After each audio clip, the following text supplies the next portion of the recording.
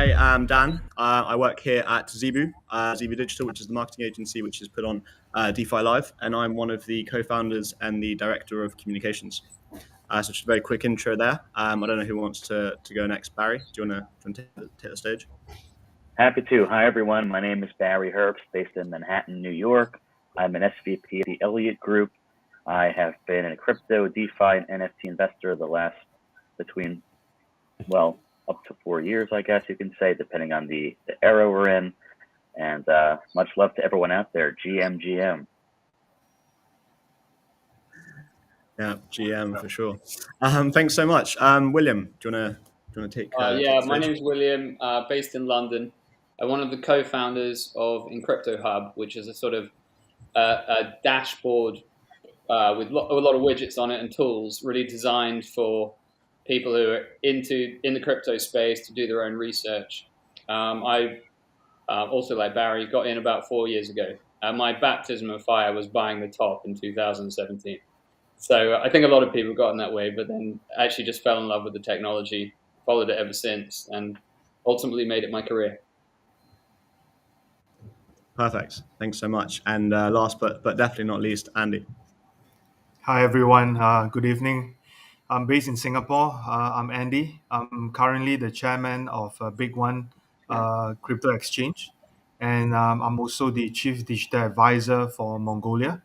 So I've been in the space for roughly about 6 years, mostly as a advisor to government.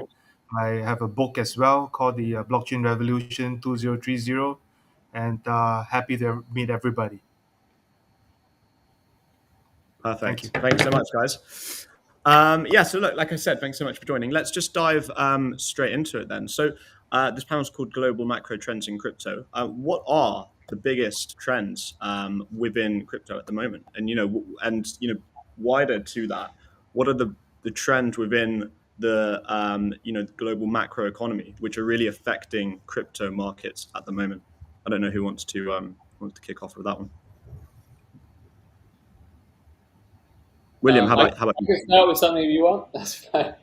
There's a very, very long list of things. I mean, I find the more you learn about blockchain, the more you realize the applications are just, blow your mind, and the things that it can deal with.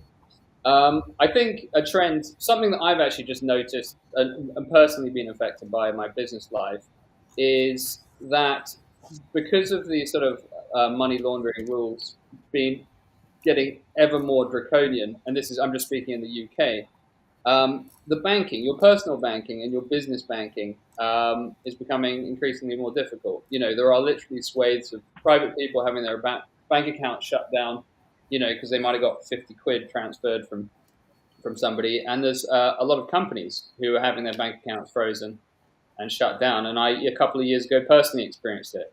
Before Christmas, having our company bank account shut down for 2 months, and we couldn't pay salaries and no explanation. And then it was just opened again, And I think this sort of oppression of people in this way is just, if you press people from one side, they find an out, and really decentralized finance and being able to just move and eventually have all of your financial activities on the blockchain.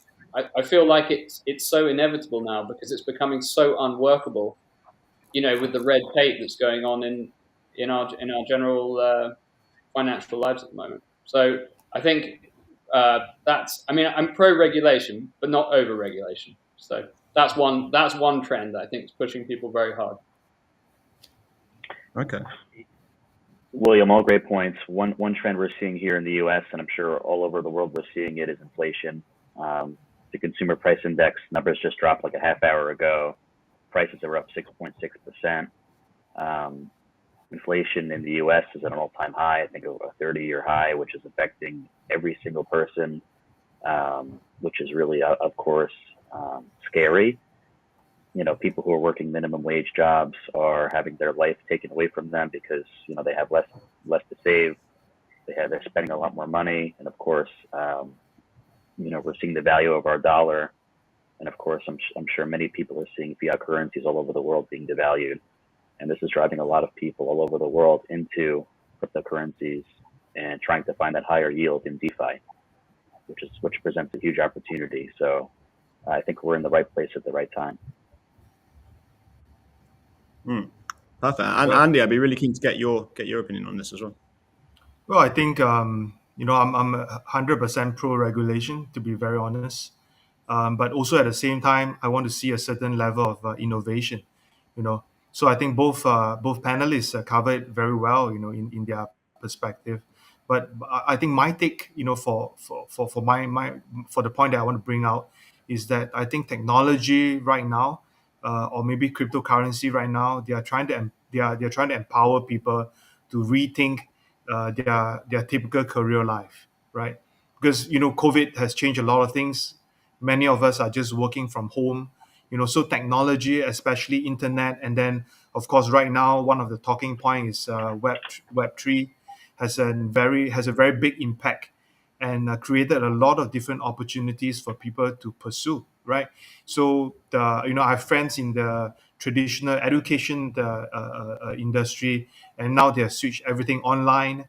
The traditional finance are slowly shifting to more digital, fully digitized finance.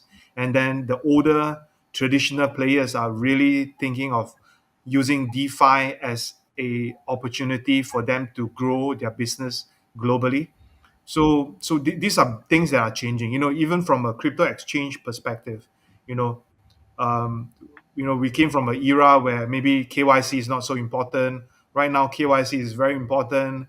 We try our very best to keep everything aligned and make everything suitable and palatable for users. So I think empower people to rethink is actually a very big trend that is happening, and I do believe that crypto is leading the path. Thank you. Interesting. Yeah, And, I mean regulation. Sorry, Barry, go ahead. No problem. I just wanted to say Andy touched upon a really key point. He alluded to human capital, which is an area that we at Elliot are really, have our finger on the pulse. We're an executive search firm working with and retained by consumer brands to place their senior level talent. We're seeing all these companies in the consumer space, either thinking of tokenizing from restaurant groups, health, wellness, and fitness companies, especially in the midst of the pandemic, to Andy's great point. How are these companies able to stay in business, and what are they able to do to stick around?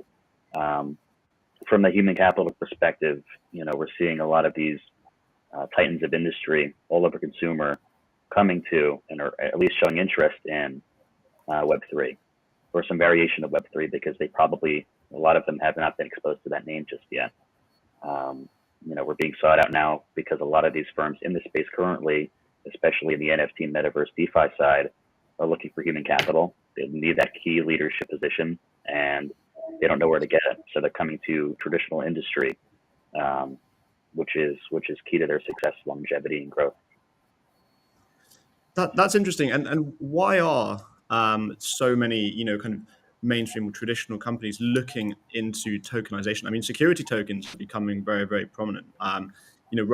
Some companies now are exploring, rather than going public via an IPO, an equity raise. They tokenize the value of their company and use that to raise capital. Why are people entering that space? Is it because it's less regulated? Is it because it's less stringent and therefore offers more scope for innovation and a lot more leniency? Great question. First and foremost, it's a marketing campaign. That's it. First and foremost, it's a marketing campaign. They want to stay in front of their users. They want to get in front of new eyeballs. Whenever someone comes into the space, it's a massive PR push internationally with the push of a button. So in terms of tokenization, look, it's adding more assets to the balance sheet. It gives their consumers, their users, customers a way to really engage with the product in a whole new way, and possibly a way for them to earn passive income by holding that token. I have a slightly different perspective, though. To be honest, I just felt that actually a lot of traditional companies who, just to be again very honest and candid, those companies that didn't do well in the traditional space, they will not do well in the tokenized space. To be very honest, we are not a fast track place where we collect all the junk and make the all these junk-like companies good again. That's not the role. And Totally when we agree. talk about STO security tokens, many people will say that, hey, it's a lot cheaper to there's a lot cheaper and there's no middleman. If we're going to list on a STO token, or get ourselves to become a security-like token. Actually, it's not true. I do believe that there are still middlemen, involved in the whole STO listing. There are also costs, hidden and non-hidden costs that companies got to bear. So after all this rah-rah, all this PR campaign and so forth, does it guarantee that they get the kind of results that they want? Most probably not. That is also one very big reason why STO is very much not growing that fast, because on one hand they are being restricted by the regulations, and the other hand is the results are not proven.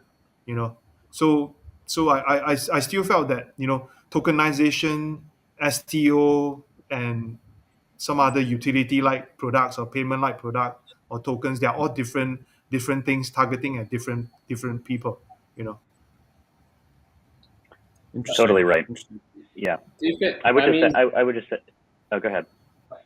No, I was just saying. I mean, I think when you get any sort of hype cycle, and nothing gets more hype than the cryptocurrency market, you get a whole lot of people jumping on board, and normally, as a good chunk of those people are the people who couldn't companies or that couldn't make it in what they were doing before. So they think, oh, let's do this, and then we can raise a whole lot of money, and we can. But ultimately, if they've got bad management and a bad plan, they're going to have a bad result. There'll be maybe some short-term profits, maybe people dumping on other people, whatever. But ultimately it's not. It's just a short-term thing, right? True. But And then that also resulted in a lot of wannabe crypto expert, that pops up from everywhere. So that is also something that is fairly fairly not nice, actually.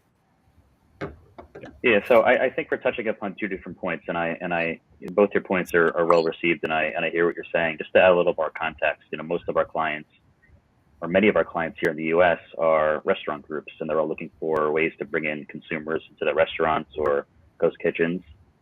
There's no better way to hook them with maybe an NFT or something that adds utility, maybe a token, not one that you could actually trade or sell, but one that has utility with discounts, etc. And that's that kind of first flavor where a lot of our clients are getting that taste of. Now, even when they leave the traditional industry, traditional consumer industry, whether it's restaurants, health, wellness, fitness, cannabis, they're really interested with and enamored with crypto for many reasons. It's whether they get exposed to it from the NFT side. We all saw Every Days by Beeple sell for 69 million, getting exposed to Web3 in that regard or elsewhere. We're seeing a huge kind of exodus of human capital from traditional industry to this new frontier, which I think is incredibly exciting. Interesting. One of the things I've been noticing recently is that it's alongside Barry, what you're saying about restaurant companies, all of that kind of stuff going into it because they're enamored with the tech and fully support it. One thing which also has been discussed a lot recently is it's inaccessible industries are looking to STOs, looking to tokenize. So, for example, like private equity. Industries where if you're a retail consumer, it's very difficult to get access to it. It's very highly regulated. You have to have accreditation, all of that kind of stuff. So one of the narratives they're leaning on is that we're exploring these avenues, blockchain, tokenization, that kind of things, to open ourselves up to retail investors. How genuine is that? Is that just a marketing stunt, a PR stunt, or is there really that driving force of democratization behind this? Emergence of tokenization within these traditional industries? I think it depends on the company. I think it depends on the CEO or the board's really intentions. That's critical to the success of that brand's reputation. We're seeing a lot of these groups that are at least exploring it. They have not hit the switch just yet. And remember, a lot of these massive organizations, public companies, there's a lot of scrutiny here, so they can't just hit that switch right away. There's a lot of due diligence that goes into these different decisions, and it's never an easy choice.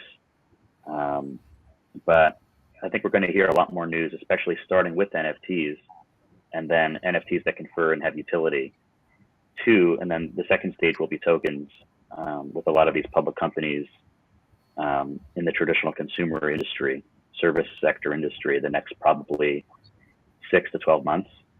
That's going to be as mainstream as NFTs are today. Interesting. And William, I'd be keen to get your take on this as well. Are NFTs really the main thing driving adoption of blockchain at the moment, or are there other key driving forces behind adoption? I think it's. I mean, ultimately NFTs are quite fun, right? And although DeFi is obviously fantastic, this is DeFi Live, and that's the big picture. In terms of the financial world, bringing people in, people do like collectibles. It's more for the average person who doesn't understand the world of finance, maybe owning some kind of collectible, some kind of digital avatar is more interesting. So I think that's just bringing people into the market.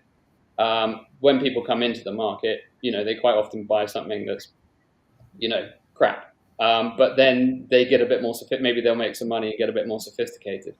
So I think from that side, it's great. And then NFTs, obviously there's the fun side of NFTs, but then, there's the very real side of NFTs, which is essentially, the prevention of counterfeiting. And counterfeiting, again, is a massive growing problem. You've got various aspects to counterfeiting, but, one very important aspect is things like counterfeit medicine or counterfeit alcohol, or baby food, and there's been these scandals, like in 2008 in China, there was that big baby food scandal where there was 250,000 babies poisoned, and I can't remember, several hundred or 60 of them died. It's just awful. And then you've got, in Russia, alcohol poisonings where I think 60 people died, and that was like recently this year, and it's happening all the time. So using blockchain for tracking, NFT technology, all these kind of things, you can start to put in systems to protect supply chains. And I think that's also that's a very, very important aspect, for the adoption of blockchain technology.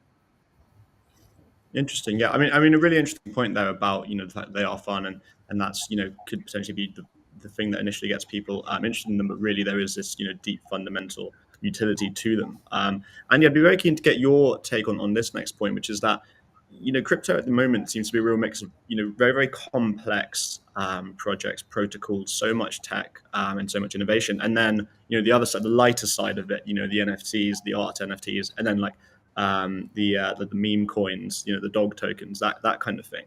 What would you say has been really driving people to your exchange, in recent times? Is it the because they want to get involved in Bitcoin, Ethereum, those cryptos with traditional cryptos with real utility, real value, or is it Dogecoin, SHIB, that kind of things, which are more lighthearted, more kind of user friendly, entry level? I think it's a mix of a few elements. So for BigONE itself, if you look at most of our the coins that are listed, we are very selective in terms of what can come on, and then most of our target audience are fairly fairly on the professional side, and then their age range is about 25 to about 45 years old. So I think what they actually really want to do on our exchange, of course, is to earn money, right?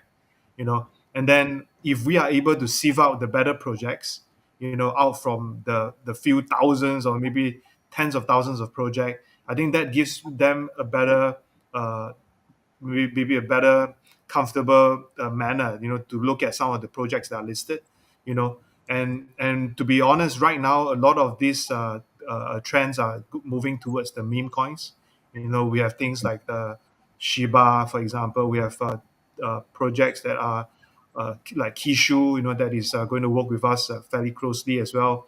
So all these meme coins are actually another form of driver, because people are looking at it because it is trendy. it is easily understood. It's not like some of these projects where they tell you that, oh, I'm doing a level one. Is it what level one? What level two? What level zero? So meme tokens are very straightforward. You go in, you look at the fun side of things. You have a NFT, you have a marketplace, you have some GameFi, and probably some metaverse, in it. And then people can relate to it, they can use it, and then I think that kind of utility is actually the key. I mean, of course, people can tell me that, hey, blockchain is here to change the world. It's going to change your life. But come on, man, let's be very frank. Only through things that you can relate to, then the adoption is going to be something that is the most important. So from an exchange perspective, we look at things that are safer, we look at things that are more reliable, credible, and last but not least, we look at projects that are more popular. So that's how we assess to relate with our target users. Yep. Interesting. Perfect, guys. Look, so much. I'm just conscious of the time as well. So I think this has been a really interesting discussion. I was just wondering if there are any final thoughts. Maybe we just go around and give some final thoughts about the key really top level trends within the global macro environment for crypto at the moment. So Barry, I don't know if you have anything that you want to leave with. Yeah, we're gonna see more mainstream adoption of cryptos when people realize the insane yields they could earn with passive income, which has been kind of one of my focuses the last 4 years in the space. When people realize that their data has been, when people realize that they are the product rather than anything else, that's when I think Web3 will take over in terms of people owning their data using protocols and blockchains and dApps where people own their own data, and a whole host of other things that we could all touch upon. But we're here at the right time. I think just to say, Barry, your comment about people realizing that they're the product, which is what we are at the moment, with the social media, the way it works and everything like that. And I'd never heard that phrase before until I watched The Social Dilemma, which I'm guessing everybody's watched. And I think that's the most important documentary I've seen in the last decade, and you do actually realize that it's the first time in history where people are the product still. And it's very, very scary. And Web3 is hopefully the solution to a lot of that. I just want to add a very, very quick one, is that I think the true value is not in terms of the price, it may be because of the product, but I think the true value is how we really use blockchain to do good for everybody. I think that's actually the true value, because price and so forth can be manipulative, but if we are thinking of doing good, thinking of better utility, I think that is where how all the value of what we are doing will be amplified. So I hope to see more of such, in months or in years to come. Thank you. Perfect, guys. Thanks so much. Look, a really interesting conversation, and you definitely left us all with a lot to go away and think about. So no, I just want to say thanks so much for your time. Thanks for joining us here at DeFi Live, and we look forward to hearing more from you guys soon. Alrighty, take care. Thank you, Dan. Thanks a lot, guys. Thanks, Dan. Have a good day, everyone. All right. Bye, guys.